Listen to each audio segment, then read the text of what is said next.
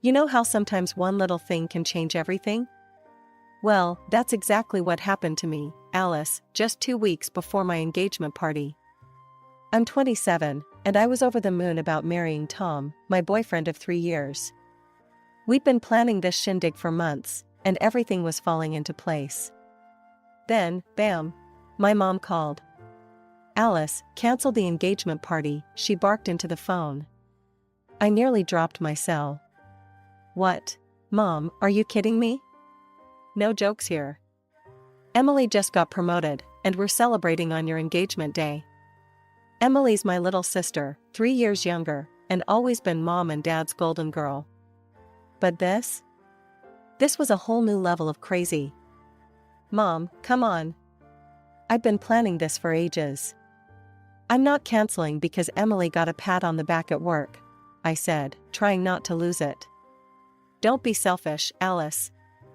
This is big for your sister. Same guests, different party.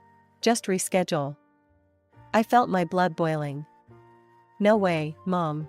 This is my engagement we're talking about. I'm not canceling. End of story. She started screeching then, her voice so high it made me wince. I didn't even bother listening. I just hung up. Sitting there, staring at my phone, all these childhood memories came flooding back. It was always like this, Emily first, me, whenever. I remembered my sweet 16. Mom and Dad totally forgot until Grandma called to wish me happy birthday. They scrambled to throw together some lame celebration, a grocery store cake and a gift card. Talk about pathetic, especially compared to the 3-day bash they'd thrown for Emily's 13th just a few months earlier. That's when Tom walked in. One look at my face and he knew something was up. Alice, what's wrong? He asked, plopping down next to me. I spilled everything, the call, Mom's demands, the memories. He listened, his face getting darker with every word. That's bull, he said when I finished. We're not canceling anything. I nodded, so grateful for his support. I know. It's just, why can't they ever put me first? Just once. Because they're idiots, Tom said firmly. But I put you first. Always. I looked up at him, managing a small smile. I know. That's why I'm marrying you, dummy. We spent the rest of the night going over our plans, making sure everything was perfect. As I drifted off to sleep, I tried to push thoughts of my family out of my head. This was my time, my moment. I wasn't going to let them mess it up. The next morning, I woke up determined to forget about Mom's crazy call and focus on the party. I had a million things to do, invites to send, decorations to sort out, you name it. Then my phone pinged. It was my cousin Rachel. Hey Alice, everything okay with you and Tom? Heard you guys split up. I stared at my phone, totally confused. Where'd she get that idea? I typed back quick. What? No way. We're fine. Who told you that? Rachel's reply popped up. Weird. Aunt Linda said your mom told her the engagement was off. My stomach dropped like a stone. I called Rachel right away. What's going on? I asked as soon as she picked up. I don't know, Alice. Aunt Linda called last night. Said your mom told her you and Tom had this huge fight and called everything off. She said we should all go to Emily's promotion party instead. I felt like I'd been punched in the gut. Rachel, that's all lies. We're still engaged, the party's still on. Mom wanted me to cancel for Emily's thing, but I said no way. There was a pause. Oh, crap. Alice, I'm so sorry. I had no idea. I spent the next hour on the phone with Rachel, piecing together what happened. Turns out, my mom had gone behind my back to cancel my engagement party. She'd called every single relative on the guest list, spinning this wild story about Tom and me breaking up, and redirected them all to Emily's promotion party. I took a deep breath, trying to calm down. I'm gonna fix this mess. Can you help spread the word that the engagement's still on? Of course, Rachel replied without missing a beat. I'll start calling people right now. After hanging up, I just sat on my couch, trying to wrap my head around it all. My own mother had tried to sabotage my engagement party. It was almost too crazy to believe. Tom found me there an hour later when he got home from work. One look at my face and he knew something was up. I told him everything, Mom's calls, the lies, the whole Emily party redirect. With each word, I could see the anger building in his eyes. "That's it," he said when I finished. "We're cutting them off. All of them. Your parents, Emily, the whole bunch." I knew he was right, but the thought of cutting off my family scared me. Who would I be without them? Even if they treated me like dirt, they were still my family. "Let's focus on fixing this first," I said. "We need to let everyone know the engagement's still on." Tom nodded, his jaw set. "Okay, where do we start?" We spent the rest of the night in damage control mode, sending emails, making calls, posting on social media. I wrote this long message explaining everything and sent it to everyone on our guest list. It was exhausting and humiliating, having to explain over and over that no, Tom and I hadn't broken up, and yes, the engagement party was still happening. By the time we finished, it was way past midnight. My voice was shot from all the talking, and my eyes burned from staring at screens. "We did it," Tom said, pulling me into a hug. "It's gonna be okay." I wanted to believe him, but I couldn't shake the feeling that this was just the beginning. Mom's betrayal had opened up old wounds. All the times I'd been overlooked, all the times Emily had been the favorite, it all came rushing back. The next day, I decided to visit Aunt Marge. She's Dad's sister and has always been pretty nice to me. I figured I'd invite her to the engagement party in person and clear up any confusion. When I got to her place, I heard voices coming from the living room. I was about to shout hello when I caught a snippet of conversation that made me freeze. "Can't believe Alice would do such a thing," Aunt Marge was saying. "Canceling her own engagement party to spite her sister. So childish." My heart sank. It was a new lie from my family, voiced in order to interrupt the previous fake. I was about to storm in and set things straight when another voice chimed in. "I know, right? Poor Emily must be crushed. After all that hard work to get promoted, and now Alice is trying to steal her thunder." I recognized that voice, it was my cousin Sarah. I always thought we were close, but there she was, gossiping about me behind my back. I couldn't take it anymore. I stepped into the room. "Is that what you really think of me?" Both women jumped like they'd seen a ghost. Aunt Marge recovered first, plastering on a fake smile. "Alice, sweetie, we didn't hear you come in." "Obviously," I said, my voice ice cold. "I came to invite you to my engagement party, but seems like you've already made up your minds about me." Sarah at least had the decency to look ashamed. "Alice, we didn't mean." "Save it," I cut her off. "I want to know exactly what Mom told you."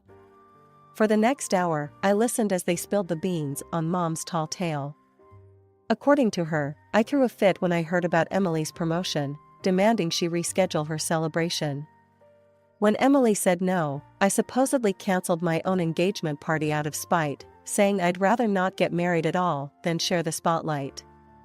It was something new, a new lie from my family. By the time they finished, I was shaking with anger. "None of that is true," I said, my voice trembling. "Mom called me and demanded I cancel my engagement party for Emily's celebration. I said no, and now she's spreading lies to sabotage me." I told them everything, the forgotten birthdays, the constant comparisons, years of feeling like I was never good enough. By the time I finished, both women were in tears. "Oh, Alice," Aunt Marge said, reaching for my hand. "We had no idea. We should have known better than to believe such crazy stories." I took a deep breath, trying to calm down. "Look, I appreciate the apology. But right now, I need your help. The engagement party is still on, and I need you to spread the word. Can you do that?" They both nodded eagerly, looking relieved to have a chance to make things right.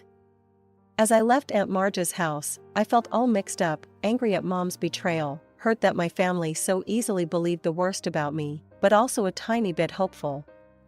At least some of the truth was out now. The big day arrived, and boy, was I a bundle of nerves as Tom and I walked up to the hall. I held my breath as we pushed open the doors, bracing myself for whatever mess we might find inside. Holy cow! I couldn't believe my eyes. The place was buzzing with people. Smiling faces turned to greet us, and this warm, fuzzy feeling washed over me. The room was packed with relatives, not just the ones we'd managed to reach yesterday, but faces I hadn't seen in ages. I can't believe you all came, I said, my voice all choked up. Uncle Joe, Dad's brother, came up and gave Tom a hearty slap on the back. Of course we came. Did you really think we'd miss this? Though I gotta say, those rumors about your cancelled engagement sure spread like wildfire. Looks like they backfired big time. I laughed, feeling lighter than I had in weeks. Guess they did. As Tom and I made our way through the crowd, soaking up all the congrats and well wishes, I couldn't help but notice Mom, Dad, and Emily were nowhere to be seen. No texts, no emails, not even a grudging congrats. But surprisingly, their absence felt more like a relief than a letdown. Instead, I found myself gravitating towards Tom's parents, who were beaming at us with genuine pride and love. His mom hugged me tight, whispering, "We're so proud of you, Alice. You're already part of our family." The party was in full swing when suddenly, there was a commotion near the dance floor. I couldn't believe my eyes. There was my 80-year-old grandma in the middle, showing off what she called an incendiary dance of her youth. "Come on, you young uns," she called out, eyes twinkling mischievously. "Let me show you how we used to cut a rug back in my day." The crowd went wild as Grandma twirled and swayed, moving surprisingly well for her age. Soon, others joined in, and the dance floor turned into this amazing multi-generational dance-off. As I mingled with the guests, I couldn't help but overhear bits of gossip about all the family drama leading up to today. Can you believe what Alice's mother tried to pull? I heard cousin Sarah say to another relative.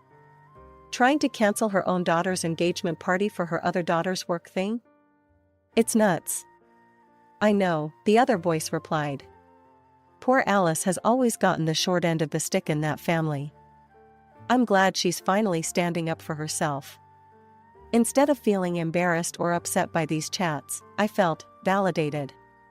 For once, my relatives were seeing the truth about my family dynamics, and they were on my side. As the night went on, I found myself feeling truly happy and celebrated, maybe for the first time ever. The absence of my immediate family, which I'd been so worried about, instead felt like this huge weight had been lifted off my shoulders. The day after our kick-ass engagement party, Tom and I were chilling on the couch, reliving the awesome moments from last night when my phone rang. My stomach did a flip when I saw it was Mom calling. Against my better judgment, I answered. "Hello? You ungrateful, nasty girl." Mom's voice screeched through the speaker. "How dare you?" I held the phone away from my ear, her angry rant clear even at arm's length. Tom looked at me, worried, but I shook my head, signaling I'd handle it. "Mom, what?" "Don't you mom me," she cut me off. "You've humiliated your sister." Only 3 people showed up to her party. 3. And they were just those nosy old aunts who'd show up to the opening of an envelope. I took a deep breath, trying to keep my cool. "I'm sorry you're disappointed, but..." "Disappointed?" "Emily is crushed. She cried all night.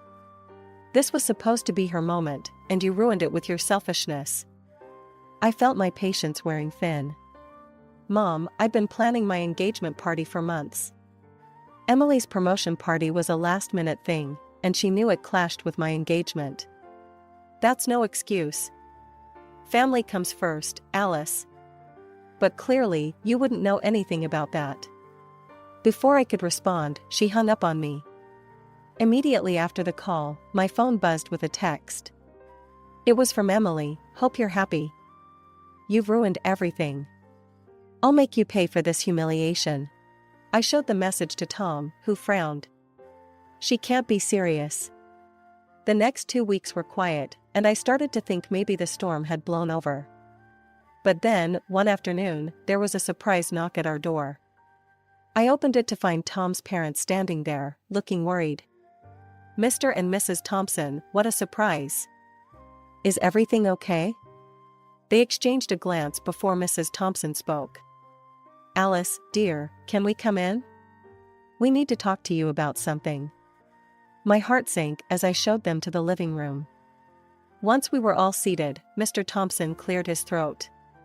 "Alice, we've heard some troubling rumors. There's been talk that you've been cheating on Tom." I felt like I'd been slapped. "What? That's ridiculous. I would never." "We know, dear," Mrs. Thompson interrupted gently. "We've known you for years. We don't believe it for a second." Relief washed over me, quickly followed by anger as I realized where these rumors probably came from. "It's my sister," I said, my voice shaking a bit. "She threatened to get back at me for ruining her promotion party. She must be spreading these lies." Mr. Thompson nodded grimly. "We figured as much. We wanted to come to you directly rather than let these rumors spread." As they left, promising to help squash any rumors they heard, I felt all mixed up inside. I was touched by the Thompsons' support and trust in me, but I was also furious at Emily. How could she stoop so low? A few days after the drama with Tom's parents, I got a call from Grandma. Her voice, usually so cheery, sounded worried. "Alice, sweetie," she started. "I've heard about all this mess with your parents and Emily. Don't you think it's time to bury the hatchet?" I sighed, feeling the weight of her expectations. "Grandma, it's not that easy. They've really hurt me." "I know, honey, but they're family. Surely there's a way to patch things up." I could hear the plea in her voice, and it tugged at my heartstrings. Grandma had always been there for me, even when the rest of my family wasn't. I hated disappointing her. "What do you think I should do?" I asked, already dreading the answer. "Why don't you try reaching out? Make a peace offering. Show them you're willing to mend fences." I closed my eyes, torn between my love for Grandma and my need to protect myself. After a long moment, I sighed. "Okay, Grandma. I'll try. For you." That evening, I stood on my parents' doorstep, heart pounding. As soon as I stepped inside, I knew this wasn't going to go well. Emily was there, her face like thunder. "So," she spat, "you think you can just waltz in here and throw me a pity party?" "That's not what I started," but she cut me off. "I don't need your handouts, Alice. Do you think that makes up for what you did? I should have had my party on your day. Then people would have actually shown up." I stared at her, shocked by the venom in her voice. "Emily, I'm trying to make things right." "Make things right?" she screeched. "You ruined everything. As usual, it's all about you." I looked to my parents, hoping for some support, but they just stood there, nodding along with Emily's tirade. "She's right, Alice," Mom said. "You've always been so selfish." I felt something snap inside me. Without a word, I turned and walked out, ignoring their calls behind me. I visited my grandma again. She greeted me with a hopeful smile. "How did it go, dear?" Instead of answering, I pulled out my phone. I recorded the conversation. "Grandma, I think you need to hear this." Her eyes widened in surprise, but she nodded. I hit play, and Emily's furious voice filled the room. As the recording played, I watched Grandma's face change from hope to shock, then to deep disappointment. When it finished, there was a long silence. Then, to my surprise, Grandma reached out and took my hand. "Oh, Alice," she said, her voice thick with emotion. "I'm so sorry. I had no idea it was this bad. I owe you an apology. I shouldn't have pushed you to reconcile." I felt tears prick my eyes. "It's okay, Grandma. You didn't know." She shook her head. "No, it's not okay. I should have believed you from the start. I just I wanted so badly for our family to be whole. We sat in silence for a while, both processing what had happened. Finally, Grandma spoke again. "Alice, dear, I want you to know something. Family isn't just about blood. It's about love, respect, and support. And from what I've seen and heard, Tom and his family give you that. Don't let anyone make you feel guilty for choosing your own happiness." The morning after my heart-to-heart with Grandma, I woke up to my phone buzzing like crazy. It was a barrage of angry texts from my parents. My heart sank as I read them, realizing Grandma must have spilled the beans about the recording. "How dare you record our private conversations?" Mom's message screamed. "You're nothing but a sneaky, ungrateful snitch." Dad's message wasn't any better. "I can't believe you'd stoop so low as to secretly record us and then play it for your grandmother. You betrayed this family for the last time." I felt like I'd been punched in the gut. Even when faced with proof of their own nasty behavior, they still found a way to make me the bad guy. This latest betrayal was the last straw. I was done with my toxic family. In the weeks that followed, I tried to focus on work and my life with Tom. But Emily, it seemed, had other plans. Her vindictiveness went into overdrive as she launched a full-on harassment campaign against me. It started with whispers at work. Colleagues would suddenly clam up when I walked into a room, only to start whispering again the moment I left. I soon found out Emily had been spreading nasty rumors about me, everything from calling me incompetent to telling outright lies about my personal life. Then came the anonymous messages on social media. Hateful comments popped up on my posts, each one nastier than the last. I couldn't prove it was Emily, but the tone and content left little doubt in my mind. But Emily's cruelty hit a new low when she tried to contact Tom. One evening, he came home looking troubled. "Alice, I got a weird call today," he said. "It was Emily. She tried to tell me you were cheating on me." I felt the blood drain from my face. "What? Tom, you know that's not true." He quickly reassured me. "Of course I know that." I shut her down right away. "But Alice, this is getting out of hand." I nodded, feeling a mix of anger and exhaustion. "I know. I just don't know how to make it stop." As it turned out, I didn't have to do anything. Emily's obsession with revenge started to bite her in the butt. Her work started to suffer as she spent more and more time plotting against me. Her colleagues noticed her weird behavior, the constant whispering, the long stretches spent on her phone instead of working. It wasn't long before her bosses took notice. I heard through the office grapevine that Emily had gotten an official warning for her declining performance. But even that didn't seem to stop her. Then, about a month into her harassment campaign, the news broke. Emily had been demoted. The irony wasn't lost on anyone. The very promotion she'd been so desperate to celebrate, the one that had kicked off this whole ugly mess, was now gone. After all the Emily drama died down, I threw myself into wedding planning like it was my job. We finally picked this gorgeous outdoor spot. Picture a fairy tale garden with this cute little gazebo where we'd say our I dos. As we stood there, imagining our big day, Tom gave my hand a squeeze. "You happy?" he asked softly. I looked up at him, feeling all warm and fuzzy inside. "Happier than I've ever been," I replied, and I meant it. With the venue locked down, we moved on to picking our wedding squad. I asked my ride-or-die friends, the ones who'd stuck by me through all the craziness, to be my bridesmaids. They all said yes, which was awesome. Then came the invite list. I sat at our dining table, addressing envelopes to all the relatives and friends who'd had our backs during the past few crazy months. As I wrote each name, I felt this wave of gratitude for these people who'd shown me what real family was all about. But when I got to the bottom of my list, I paused. There were 3 names I hadn't written: Mom, Dad, and Emily.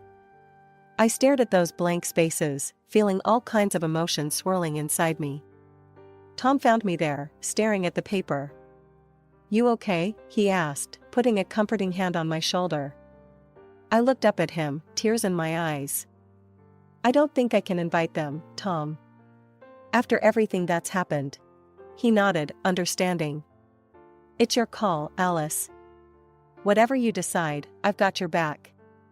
I took a deep breath, then put down the pen. No, I said, my voice stronger than I expected. They don't deserve to be there.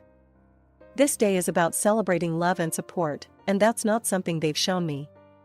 As I said the words, I felt like this huge weight lifted off my shoulders. It was a bittersweet moment, realizing that cutting ties with my toxic family was the right move for my future. Yeah, there was sadness, but also this overwhelming sense of relief. The weeks flew by, and before I knew it, our wedding day was here. As I stood in front of the mirror in my bridal suite, fiddling with my veil, I was hit with this sense of peace I hadn't felt in years. As I walked down the aisle towards Tom, I saw the faces of those who'd stood by us. Tom's parents, beaming with pride, my grandma, dabbing at her eyes with a hanky, friends and relatives who'd chosen to support us despite all the family drama. These were my people, the ones who'd shown me what real love and support looked like. When I reached Tom, he took my hands in his eyes shining with love. As we said our vows, I felt this sense of rightness settle over me. This was where I belonged. At the reception, surrounded by laughter and joy, I had this big realization. My engagement party, all those months ago, wasn't just about celebrating our upcoming marriage. It was the first day of my new life, a life where I wasn't an outsider anymore, but the creator of my own happiness. As Tom and I swayed to our first dance as husband and wife, I rested my head on his shoulder, feeling truly at peace. The journey had been tough, yeah, but it had led me here, to a place of strength, wisdom, and genuine happiness. I love you, Tom whispered in my ear. I love you too, I replied, my heart full to bursting. In that moment, I knew that whatever life threw our way, we'd face it together. And for the first time in my life, I was excited about the future, not scared of it. This was my fresh start, and I was ready to dive in headfirst.